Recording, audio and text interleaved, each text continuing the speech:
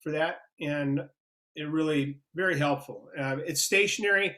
You can't see where you're going to flash with that one. With the other snoots, it have a modeling light, so I can turn it on. You can actually aim it, which helps. But the one on the left, it has its pluses and minuses. I can take it off and curve it around behind things to backlight. I can take it off my camera and position it over things to illuminate just what I want to shoot. And there's, and it holds its position really well for a super macro. So there's pluses and minuses for all of those, and different light qualities. For instance, the one on the far right, I could shoot a subject that's 3 or 4 feet away from me with that, because it really throws the beam of light a very good distance. And the one in the middle is more technical. It's very very strong for close work. And then the one on the left I use just all around different kinds of things. And so I don't ordinarily carry all 3 of them with me, but I'll figure out what I'm going to shoot and try to carry the right one. But it's inevitable. Thanks, you never have the right gear. Thank you. So yeah, I shoot CNC gear. It's durable, it's rugged. Even for shore diving here in California. And here's me at work. And yes, if anybody's dived with me, you will know that this image is staged. I'm hovering off the bottom, and the guy's shooting the photo, and then I exhaled, and of course I'm back down on the sand. But most of the time when you're shooting macro, you really want to stabilize yourself.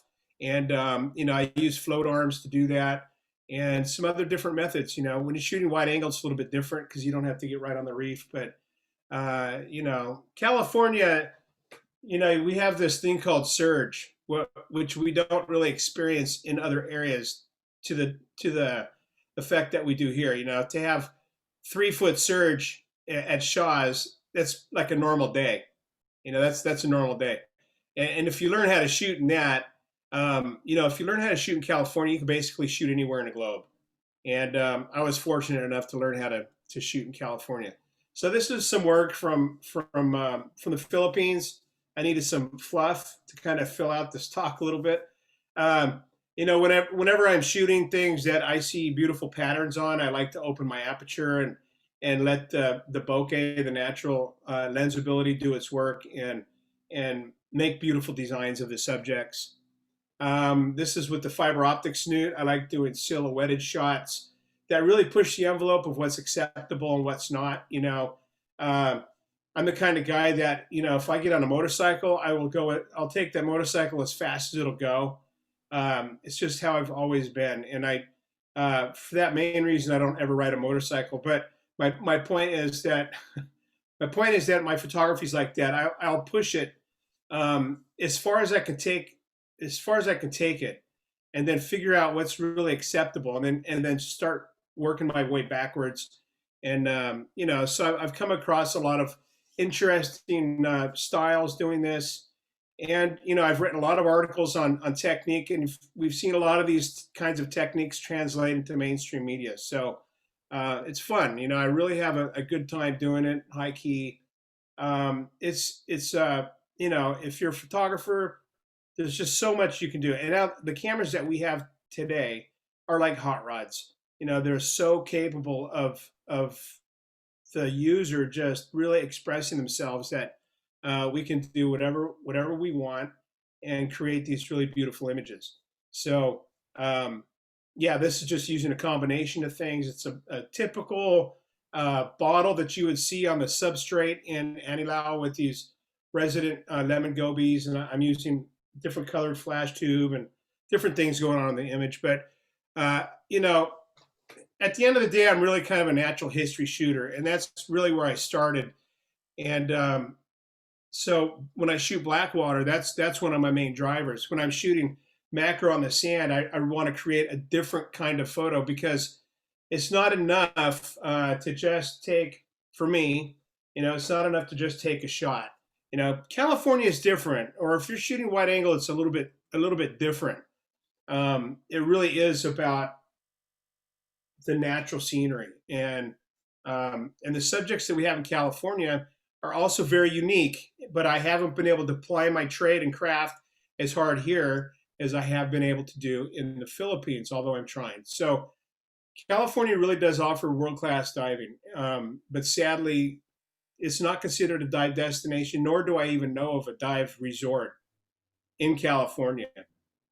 There's a few hotels up in Monterey that cater to divers, but that's it, you know. And it's really a shame. It'd be nice to have a place where you could get your tanks, go to walk into the water, um, and like that. But it's really cold gold, I like to call it. You know, everybody says, "Oh, California, the Golden State," but you know, California has a lot to offer. The diving is just exceptional, and but it's damn cold.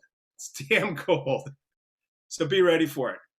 As you know, there's areas all the way from down south, and I don't know if anybody's driven down into Baja, but you know, I really like to think of the reachable part of Baja down to like Guerrero Negro as really an extension of California.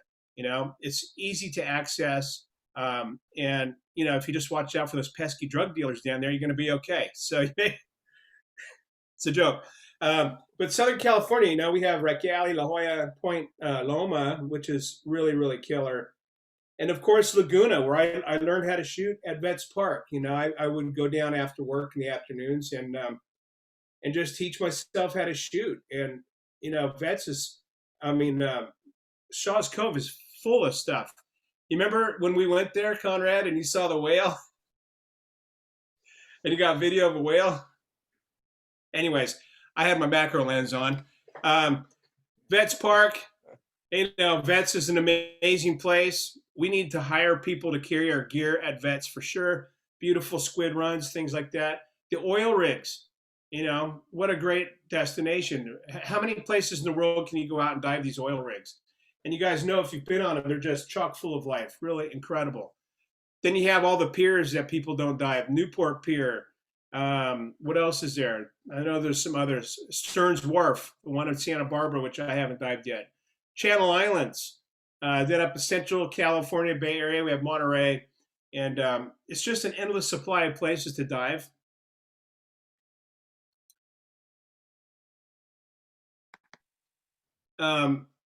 Unique biodiversity here. Now, this is up until the last kind of I guess El Nino. We were one of the only 5 places in the world where you could see these macrocystis kelp beds, these massive kelp beds on the planet. You know, and so that was one of the real unique things that we have here. I know kelp's coming back a little bit here and there, but you know, it's nothing like it used to be when I was a kid growing up. We had these beautiful kelp forests. This is at the west end of, I think, Anacapa or could be Catalina. Down on Point Lomas, my buddy Walter shooting these big sea nettles. These are the purple sea nettles that they get down there once in a while. And we had a good run on them. I think we got down there a couple of days and were able to get in the kelp with these guys. Really beautiful subjects. And of course, down there they have these great slugs. Now, this is a Dendronotus iris, I believe they call it. These guys feed on these tube anemones or tube worms, and what they do is they kind of walk up to it.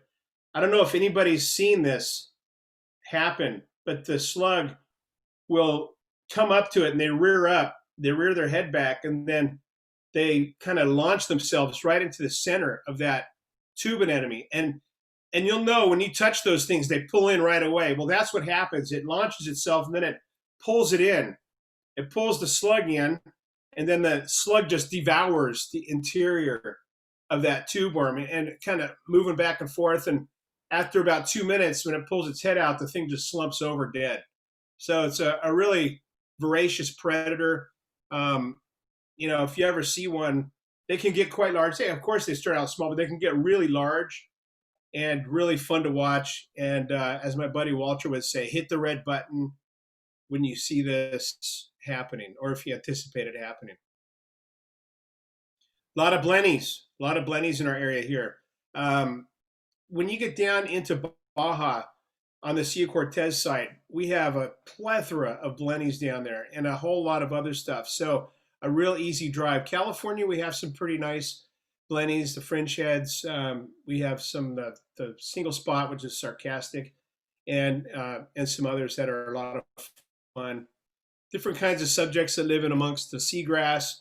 This was shot a long time ago, of course, but doesn't mean that they're not still there. We have a lot of crustaceans that have availed themselves to me. You know, you just get in the seabed and you just kind of look around. If you go slow and you examine a lot of these things, you're gonna really see a different side of California diving. You know, a lot of times people are really concentrating on what's in the water and they're looking around for that thing, you know, and or they'll judge a dive by the visibility.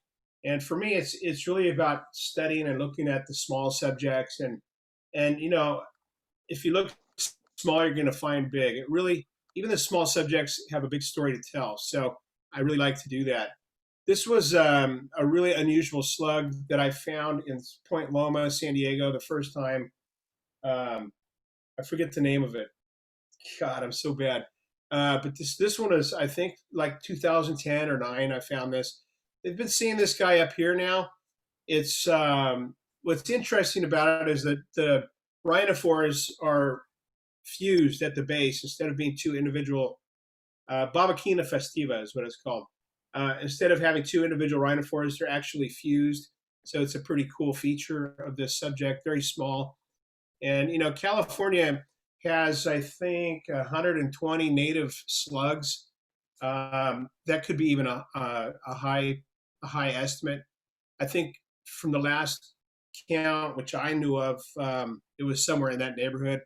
So I think most of you guys know where this area is. Yeah, Shaw's Cove. I dove there a few weeks ago, and I really enjoyed it. I really want to get back out there. You know, if you look around on those rocks, you're going to see these eels in there. They're still there. I mean, I don't know if it's the same ones, but in the same crack. It's like the second portion of the reef, right side, right? You're going out about 20 feet of water. Of course, you're getting sucked this way, pushed that way, and clicking in the middle. And there's always been eels in that little crack. So, you know, investigate. And then, of course, they have these little snot slugs, the sulfur fungias, and these guys are really cool to find. We actually have one similar to this in the Philippines, but the shell is wavy, and that's really the only thing that makes it different than the one we have here. And the Philimari, this was new to me. I shot this when Walter and I were diving a couple of weeks ago up in LA somewhere, and so yeah, it's the Philimari. I'm sure everybody's seen it, but this is the first time I had ever seen one in California and was able to actually take a photo of it. So they have these guys at Shaw's. And, you know, Shaw's Cove is really an amazing place. It's like every time you go there, if you're looking for macro, it's got new stuff. It's like, you know, they keep bringing in new characters all the time. So, you know, there's a phrase, you know, muck diving. People go muck diving in Indonesia, and, you know, but California has these great macro kind of muck dives on its own, you know, and I really like trying to find those places. And we've recently came onto a place in Catalina that is just full of critters, full of really unique critters. And we've really spent some time there turning over things and looking and finding. And, you know, again, proving to me that California has such a bounty of subjects. But, you know, a lot of us, you know, you get complacent or you get so damn cold, you just want to dive at the end. So, you know, just take your time, look. And this is using the snoot, so is this. And you can see how, you know, you can see how Monica Downing, I don't know what that is. That's so weird. So, yeah, so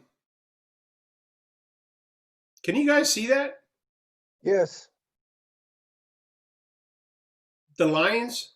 Yes, I see it. I wonder what that is. Anyways, okay, so. Is someone writing on Mike's image? Huh? No, it's not in my photo. I don't know what that is. No, someone may be writing on the image. Yeah, someone's writing on the image, Mike. Ah, okay. On the last three of them. That's them. So yeah, this is Shaw's Cove, and this was in the crack. You know, that first crack where it's kind of like a big jacuzzi.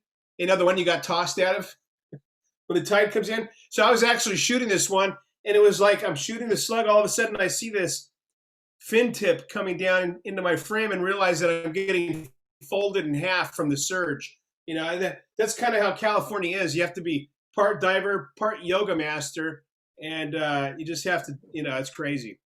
A lot of fun. So in that crack area again, we have these eels, and a lot of times they have cleaner shrimp. So when you're looking at the eels in those little caves, there's always going to be cleaner shrimp in there, always. So just take your time and allow those cleaner shrimp to get up on the eel, and you'll be able to shoot photos. Now, if you think, oh, I'm just going to move those shrimp over to the eel, it doesn't work like that. You'll reach your stick in there or something, and they all scatter. So you have to just wait, take your time, and sure enough, they'll come up there.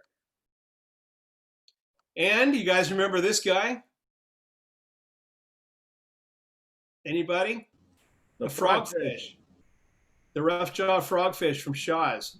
So again, me and my buddy Walter were in the taco line at Taco Mesa there in South Orange County.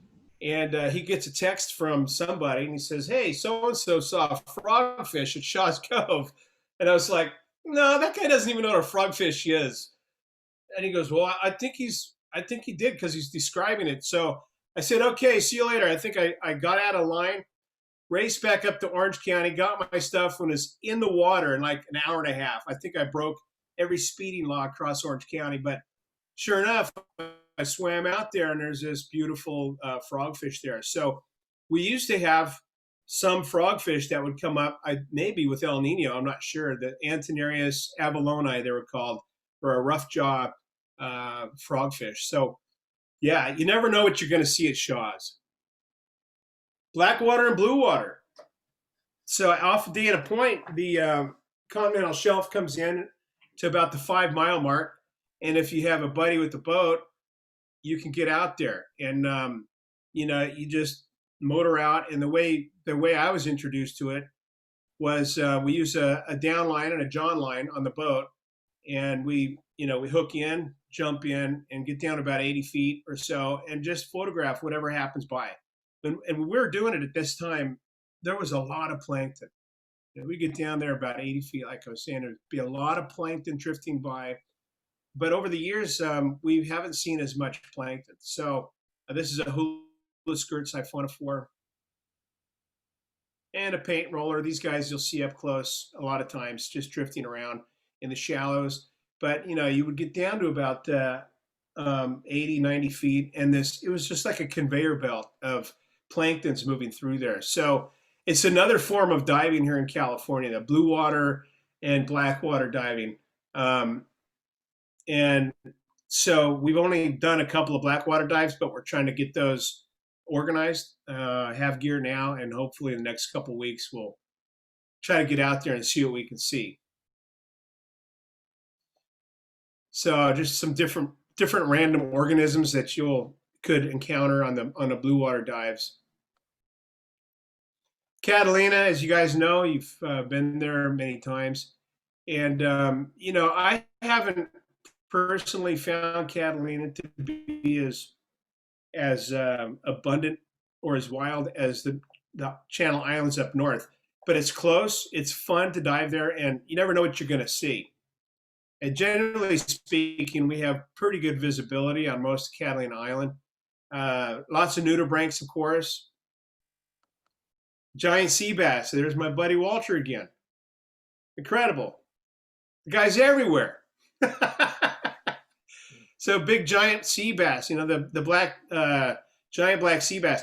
Normally when I go to Catalina for sea bass, we get off the boat, and I come back and I never see anything. But everybody else saw 30, 20, 15. Oh yeah, the sea bass were everywhere. You couldn't miss them. They're following me, they're kissing me. And of course I'm like, I didn't see a single sea bass. What dive were you guys on? So, that's how it is with me. But occasionally I get lucky. I think this one these guys were attracted to Walter, and I just snuck in on them. This was from our little excursion last week. A Navinax feeding on another Navinax. I never seen this happen before. And a little soup fin shark. This was in one of the dive sites, Catalina. It's been a long time. Wish I could get rid of those lines. Sorry. Torpedo rays. Some of the dive sites, you get down there to about 75, 80 feet, and maybe a little deeper, 85, and you'll see torpedo rays down there. So, Catalina does have a lot to offer if you choose the right dive sites. And that's the thing. We've been fortunate to go out on smaller boats and request where we want to go and be able to spend the time in the water and do repeat dives and not have to be pushed around by a big cattle boat. So getting down there and exploring is a lot easier and less pressure. Octopus, a lot of octopus in Catalina. Mantis Shrimp, boy, do we have fun with these guys. So Walter has this great technique for luring Mantis Shrimp out of the hole. I guess he learned it while he was working with cobra snakes in India. He does this little thing and then they come up. Anyways, maybe not. So he has a technique for luring those mantis out of the holes, and it's pretty effective. They're very colorful. Now, the mantis shrimps are pretty well known throughout Asia, but not a lot of people in California even knew we have them here. You don't have to go deep, 30, 40 feet. They're there. You just look for the holes. And, a lot of times what you want to do is look ahead of you. So if you're interested in this kind of macro life, you don't want to just look under you. If you're looking straight down, you're going to miss the subject. So what you want to do is look ahead of you and look for different things that are scared of you, scared of your presence, popping in the holes, and just wait and wait for the subject to get used to you. They'll come out, and you'll be able to capture images of them, or at least see them. This is a really cool crab. I've never seen this guy before here in California. This is something that I would expect to see more in Asia, but I guess it's a decorator crab. It's living on this finger coral, and there's just two little bunches of it. So on this dive site that we've been going to, I just kind of looking around different things, and over the years I've learned to just look at everything, and you'll be amazed what you can find. A lot of times you go, wow, subjects could be so small. You're not even sure if it's an animal. You take a few photos and you're like, oh my God, what is that thing? But here, you're looking at this little finger coral, and it was really only about 6 inches tall, maybe 6 or 7 branches together. And of course, I touched it, and all the polyps closed. Sadly, all the polyps closed, and this guy was still there. And so holy cow! Of course, I was getting washed back and forth. Typical California thing, and doing the best I could. These little guys are fun to shoot if you can ever get one to hang out for you. These I think you call them a blue striped goby. I'm not sure the exact name, but yeah. So same thing. Now for this one, here's the setup on these is when you're coming down to the substrate, you might see 50 of them underneath you. But by the time you get within reach, they all dash into their holes. So I like to just kind of watch one of them and then set up on it and then wait for them to come out of the hole. And eventually they'll sneak their head out to take a look around, make sure the coast is cleared, they'll come out a little bit further, and then you're able to get a shot. So usually not very easy, but a lot of the subjects, again, that we have here, that people will just typically swim over, they're very beautiful. They're very beautiful. And if you're trying to win a contest, subjects like these versus the ones in Asia are even more exotic because everybody knows the subjects in Asia now. So these kinds of subjects are really exotic.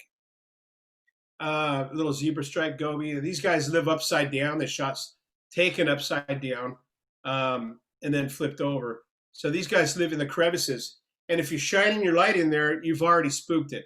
You have to just get used to not having any light on, and your eyes will pick up any movement, and just keep watching in that area, and they'll come out. So here I'm using a snoot with no light, just waiting for it to come out, and then shooting. I think I trained on this little tunicate down there, trained the snoot, and then when the subject came out, I was able to pre-focus and get the guy. Hey, So Mike, really beautiful subject, huh? Mike, what's your f-stop on that to get the black background? Yeah. Well, I'm using Upstream or? I'm using a snoot. Yeah. So with the snoot and low ISO and fast shutter speed, you don't have any ambient light coming in. So you don't get, there's no light flashing or illuminating the background or anything around it. Okay. What is a snoot? A snoot is a device that limits the flash beam pattern. So instead of coming out like a big cone illuminating everything, it condenses the light to a specific area. Oh, okay. It's a Okay. tube. Yeah. All right. I wasn't familiar with the term. If you were here at the Okay. beginning. Go ahead, Mike. Sorry, taking care of patients. Okay. Yeah. Good to see you, Mike. You too. So yeah, pike blennies. Wow, what fun subjects these guys are. And they're everywhere, especially Catalina. We used to play around with them a lot up in Anacapa, but a few weeks ago or last month, at the photo club, one of the guests showed some photos and got us all like, yeah, let's go find those suckers. So we went over and we spent some time in this little cove just hunting these guys, and they're a lot of fun to play with, and very aggressive.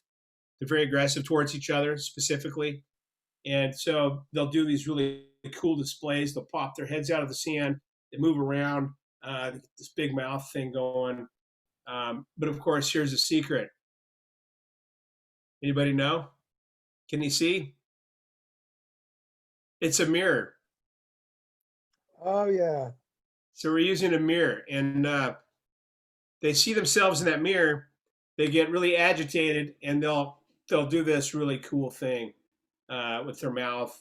And they most of the time they'll do it, but after a few minutes, they kind of come out of the hole. They swim around to the back of the mirror where there's no reflection, and they get kind of confused. What the heck? They come around the front, see themselves again, and it's a lot of fun. They're really an interesting animal, beautiful, fun to watch. And again, if you're looking for these kinds of subjects, you're going to be looking for the small parchment worm tubes that are sticking out of the sand. That's their natural habitat, maybe an inch out of the sand, and usually they'll live in colonies. So if you see one, you're going to see more, right? The big male lives inside of these tubes, and the females will be out around, kind of scooting around in the sand.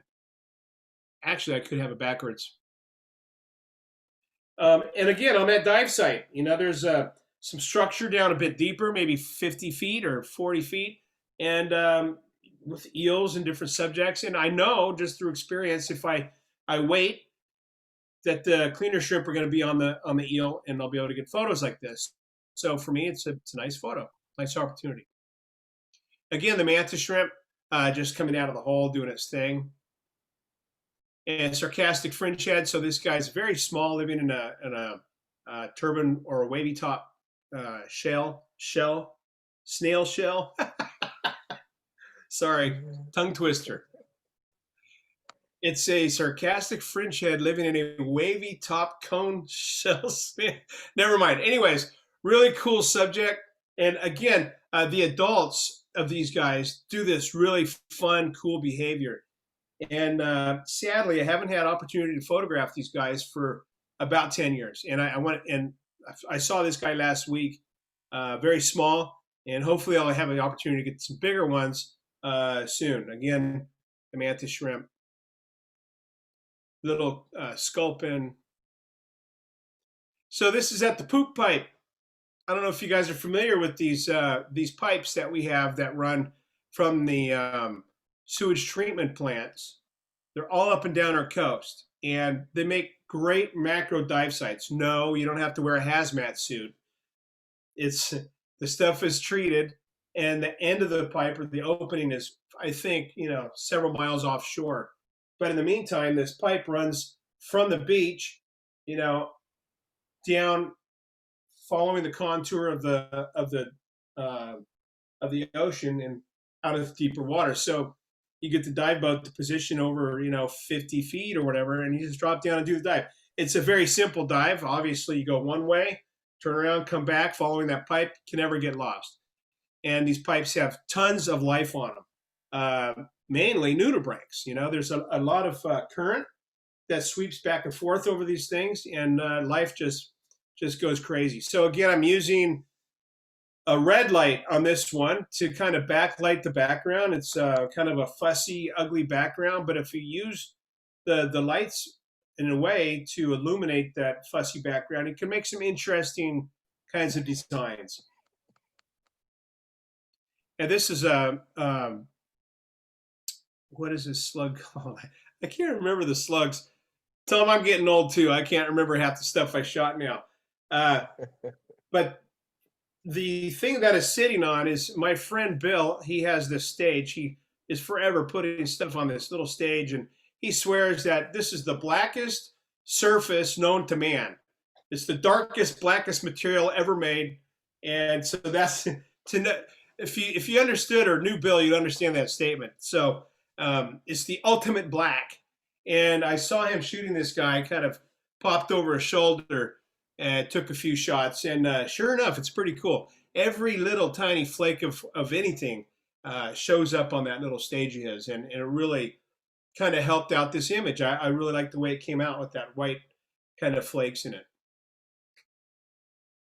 It's actually called a Janalus barbarensi. Thank you.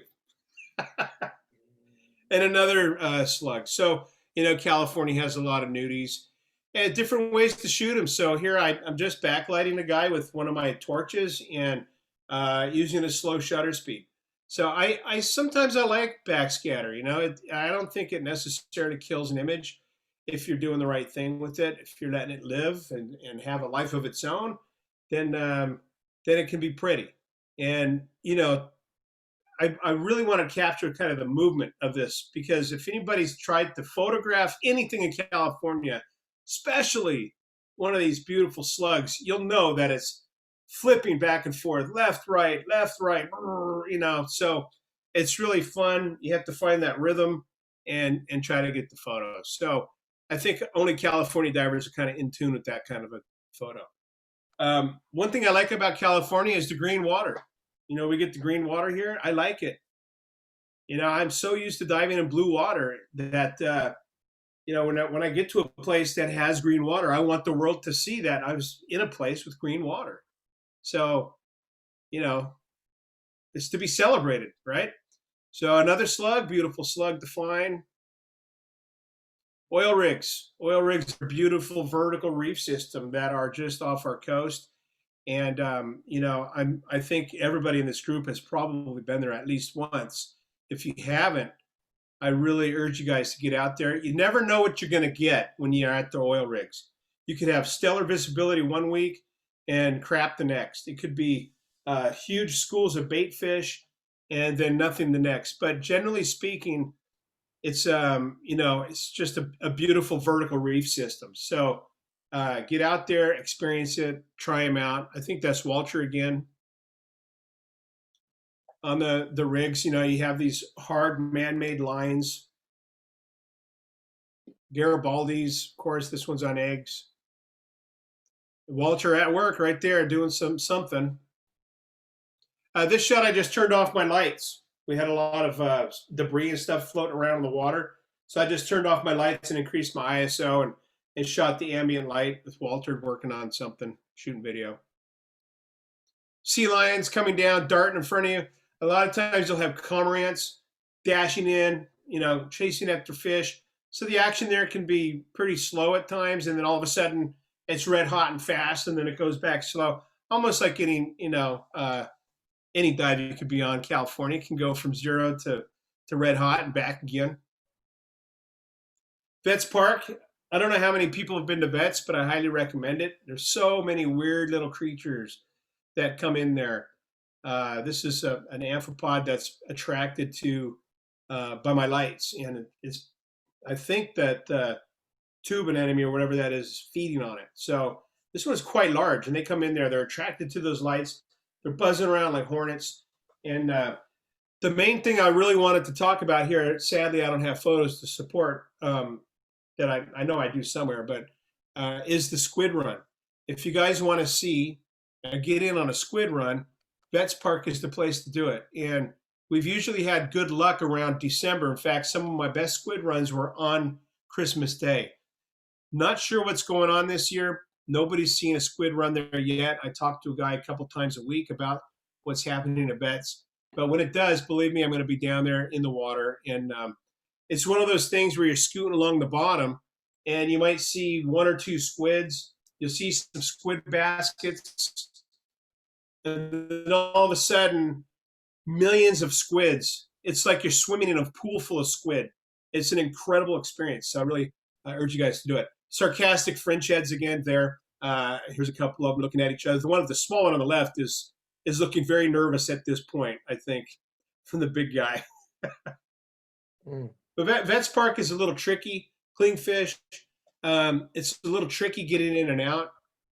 I don't know if, like I said, who's dived there before, but you of course have to contend with the waves. But getting out there, there's like a little soft sand patch with a little double whoop-de-whoop right at the end. So you think you're getting out, all of a sudden you're in this quicksand. You can't get your footing. Then even the smallest wave will just knock you right down.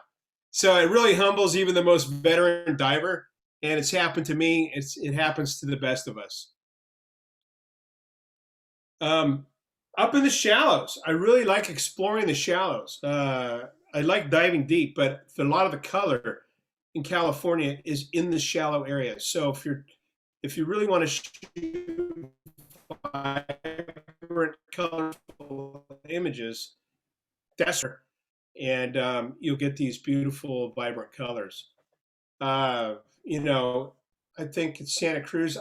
For a long time, I was writing dive site articles for California Divers News, so I had a good opportunity to go around and see a lot of cool dive sites around Santa Cruz and Santa Rosa, Anacapa. I've done hundreds and hundreds of dives in Anacapa. I really like it there. A lot of different kinds of, they have harbor seals and sea lions. I don't know about a lot of different kinds of seals there, but they have at least those two. So harbor seals aren't easy to photograph. They like to only play on their terms. So they'll sneak up on you. They'll pull your fin. You'll think it's your buddy.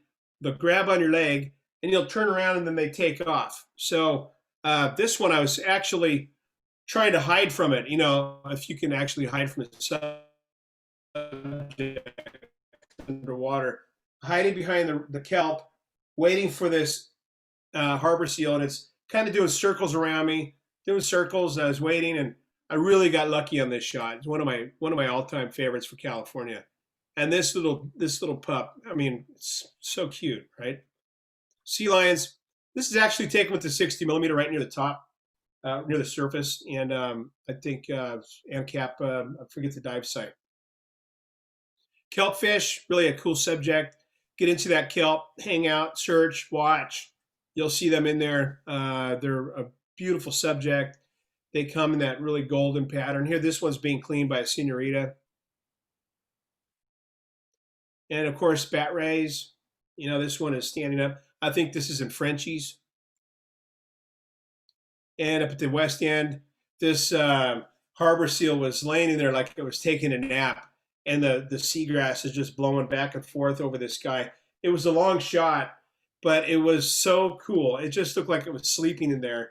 And the seagrass, it's just a real magical moment. It's only about 20 feet of water. And if you've ever been on that far, I think it's Rat Rock, the far end of Anacapa, it's stunning. The area there with the seagrass, and the colors, there's reds and greens and these cuts and different little places that you can get in that are just really incredible. And big, beautiful bat rays. This one has so much backscatter in it that I just turned it to black and white. And if you guys find yourself in that position where it's a photo that you really love, but you really messed it up because of the backscatter, try turning it to black and white and see what happens. It could be the difference between delete and putting it on your wall. A lot of color. This is up in San Miguel. Some of the reef systems there are really beautiful. Sadly, I don't have my Farnsworth Bank stuff here, but San Miguel really looks a lot like Farnsworth.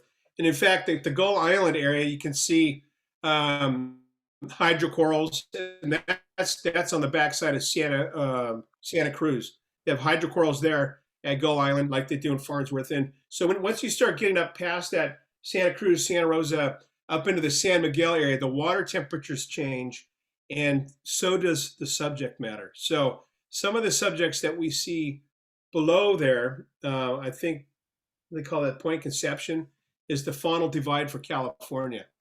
So the things that we see from Point Conception down south are different, much different than what we'll see from Point Conception going up. Of course, the critters don't know that. They'll, mess up that line. It's supposed to be a line there they're not supposed to cross, but they don't know that. So anyways, beautiful colors. San Miguel is an interesting area. Here's a little gunnel. We don't see many of these down south. I actually think it has eggs curled into its tail there in the back.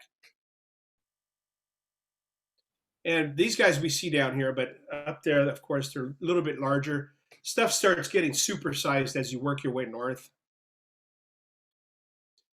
A lot of Simnias up there. And this is also a very good target, you guys. When you're looking at for these kinds of macro subjects, you'll see these red kind of corals sticking up. And a lot of times, this is actually a natural place for this slug to be. I didn't put it there for the sake of the image. This is a natural habitat for it. And the Simnias, they love to lay their eggs on these red type of coral. So very beautiful. You can see it there laying the eggs. And sea lions, man, really beautiful area for sea lions. And a lot of times when I'm shooting the sea lions, I try to set myself up. If you chase after sea lions, they're just going to go. They're not going to want to have anything to do with you. But if you stay in one spot, they'll come to you. So I try to find something colorful in the foreground. And then, when the sea lions come by or do their thing, I'm able to get a shot that is actually pretty. Big slugs, the Ronas, coralline sculpins, lots of slugs. This one is actually out of order. Different versions of this guy, very pretty. Anacapa. I love these little urchin spents. A lot of times when you see them there, if you take your time again and you look in the hole that's in the center, there's always something poking its head out and looking around. And I really got lucky on this photo. I really, I think, I got one or two shots off and then the fish popped out and it was gone. So the moment was over. Santa Barbara Island. In Santa Barbara Island, man, you can really get some beautiful visibility there. But I haven't seen a lot in the way of much animal life except for sea lions. And right up at the surface, you can't beat it. I think I was snorkeling around with my buddy Michael Ziegler on this, just snorkeling around between dives. And, the sea lions were coming up and playing with us. Of course, when we got in with dive gear, they didn't want to have anything to do with us. So we got really lucky. And a lot of times I encourage you guys to just get your snorkel gear on and hop in. Even an open ocean, if you have a friend with a small boat, you can get out there to these drifting kelp patties and just hop in. You never know what you're going to see under them. So Monterey, I don't know how many people have been there, but diving up there, it's not as cold as you'd think. If you own a dry suit, you're going to be okay. If you're diving in a 7 mil, you're going to be hurting. You're going to be hurting. So you could probably do 2 dives a day there in a wetsuit. But I encourage, driving up there is maybe 5.5 hours. And just, you can watch on their Facebook page when they start getting some cool things to see there and just get in the car and go, especially now. I mean, again, they have really cool fringe head blennies there. Lots of great nudibranchs. And using that purple torch again. Shrimps, check the kelp for all kinds of different subjects in there. They have these great pinnacles. But one thing that I really love about Monterey is the jellyfish action. They have a really deep canyon, that Monterey Canyon there, that is, I think, just a few miles offshore. And if you go onto the Mbari website, you will see they do a lot of deep sea animal research there. And a lot of that stuff gets blown up during inclement weather. So if you get in and dive after these weather events, you could get into some of this really cool action. This is just in the summertime. They get these huge jellyfish blooms. And again, in that beautiful green water, and you can't miss. I mean, you get in there, it's beautiful. They do sting. These guys don't sting hard, but you can accumulate the nematocysts on your dive gear. So be careful when you're handling your wetsuit or yourself going to the bathroom after you do a dive. Yes, hard lessons learned. So beautiful. You get in. I mean, there's literally, you can't count. I mean, how many?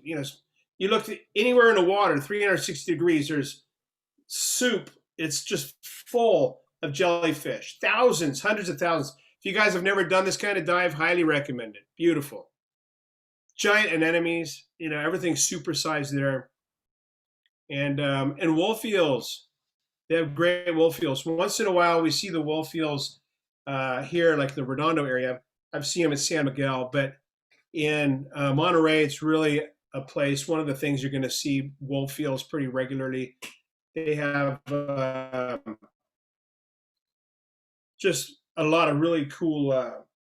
You don't see many sheephead, but they have a lot of the other subjects there. God, I'm so out of tune for California. I apologize. I should have looked at some of the books. Lingcod. Huh?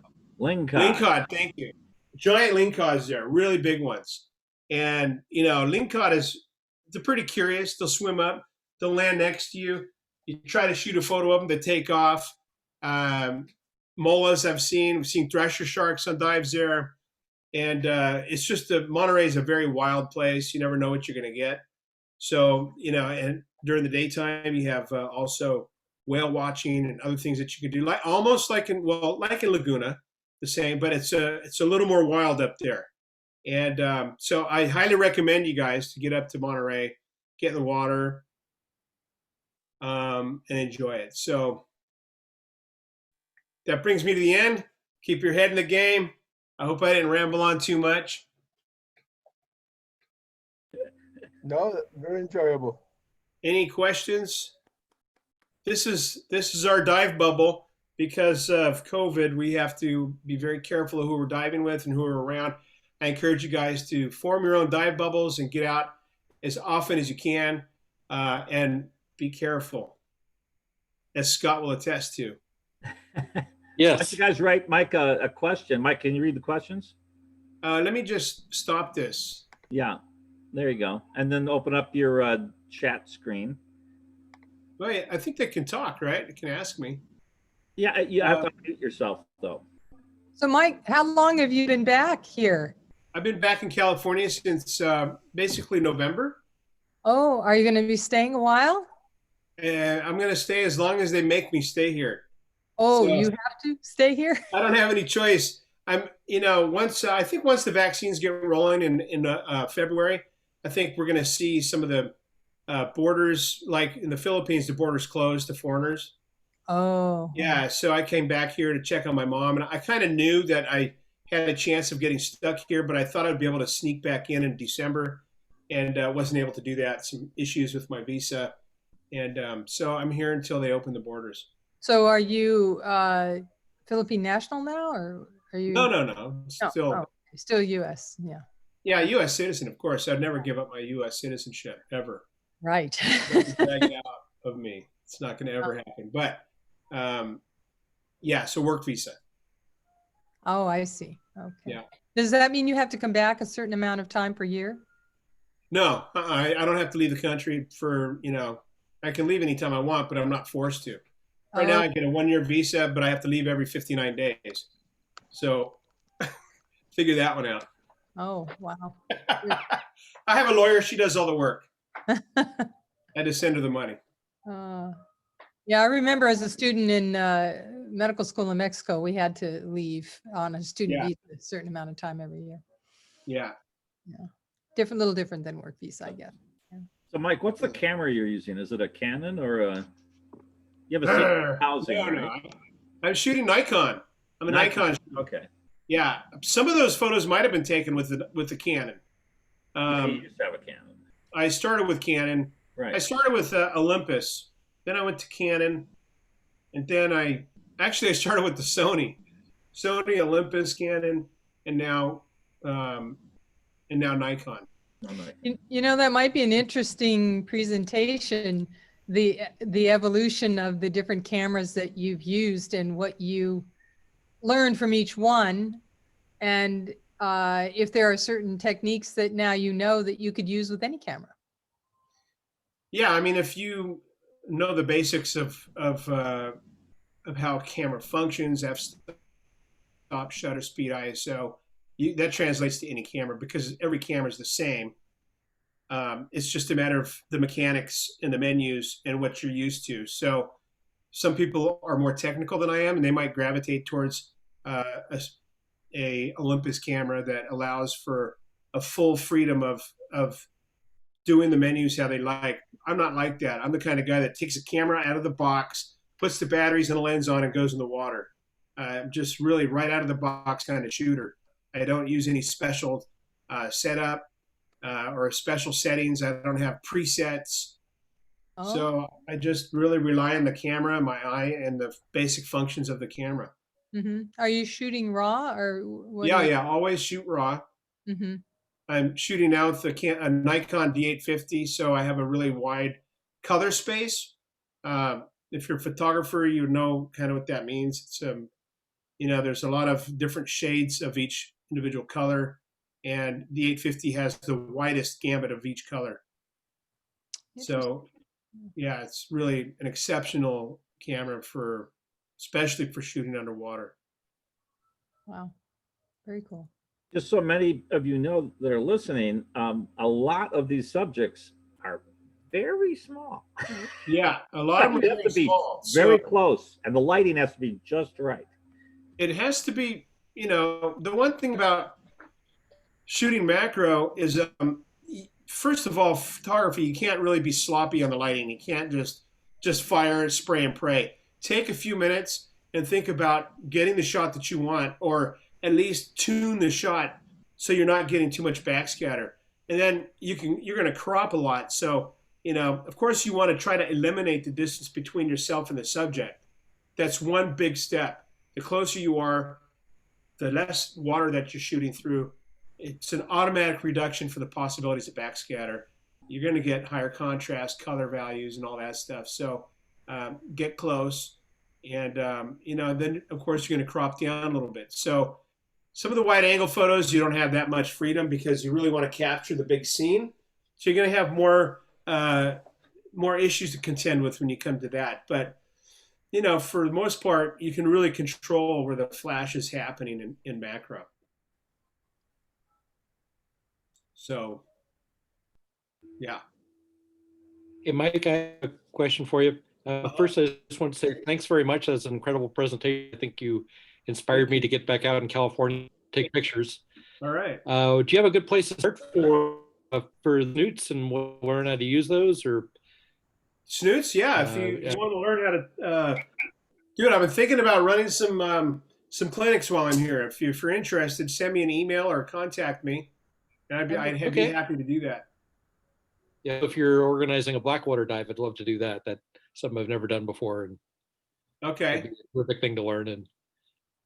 But incredible shot. Why don't you text me or message me your email, and I'll. You don't have COVID anymore, right? No, I do not have COVID anymore. You'll have to wear a snorkel with the little filter on it when you're on the boat. Well, I appreciate the question. Thank you. I went through on Monday. I went through this long thing talking to my doctor about exactly how many days had been since first exposure and peak, symptoms and so on. So I'm good now. But okay. I appreciate the question. Were you really sick, Scott, or just? I had 2 days where I thought I had stomach flu when I was in Mexico. As in Guadalajara, but I turned out I had COVID. When I came back here, just because I'd hop on a plane, I got a COVID test, but started I was not so good. Are you going to get a vaccination anyway, Scott? I will. I should be good for at least a couple months because I caught it, but vaccinations don't hurt. Well, did your doctor say that you needed a vaccination? I mean, if you've had it, it's kind of like. You don't really need it, but it's anything you can do to train your immune system to go after stuff is a good thing. So I won't be in a rush. I'm not going to try to hold somebody else out of line or anything because I'll wait a while. I just been checked to it today because my mom's 83 and she was like, "Where do I get a vaccination?" But but I'm not really. Well, it's like the flu. It's only a couple. It only has a few strains of COVID from what I heard. So you could still. But anyway, let's not talk about that. Let's Yeah, go back to okay. Mike's stuff. Because the photography is very cool. Yes.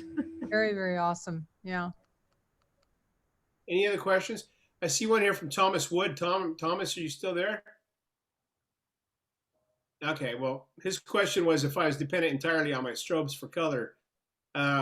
Yeah, underwater, you need to put some light on the whatever it is that you're trying to photograph. Otherwise, it's just going to be washed out. You know, as we learn as new divers, you know, the color, the reds and the greens vanish as you go deeper. So you're just left with these different shade casts of blue, and your camera basically sees what you see. So, you know, you need to add the light back, and that comes for photographers with strobes and with video shooters with video lights. So yeah, that's what gives us the color back. Unless you're in the real shallow area and you have lots of sunlight.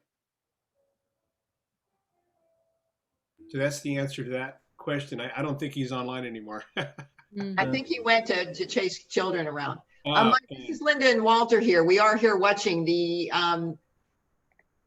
camera in my laptop isn't working, so it just says Linda, but we're here, and Okay. it's great. You've been taking really good photographs since you've been here. I Ah, think cool. everybody, you know, wondered, oh, you know, he's there in the Philippines with so many great subjects, but you're a great photographer wherever you are. Oh, I thank you very much, Linda. I appreciate that.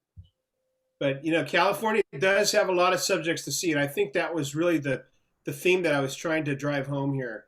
Is that a lot of times, you know, especially now, and I'm feeling it too, like, you know, I can't go anywhere, I can't travel. And I think it's just a suggestion that we can't go someplace that makes us feel so robbed. And that, you know, oh, I only have California to dive in. Well, I'm telling you, California is full of beautiful subjects. And if you just slow down and give yourself a chance to rediscover it, you'll find out that you're really lucky to be in a position where you can get out and dive, especially in a place like California. So, you know, I really encourage you guys to get out there, get your little dive bubble on, and meet up and go out as often as you can. Thanks for having me, and I hope you guys enjoyed the talk. Sure did. Thanks, Mike. Thanks, Mike. Yeah. Yeah. Everybody, Really great amazing meeting. picture. We're going to have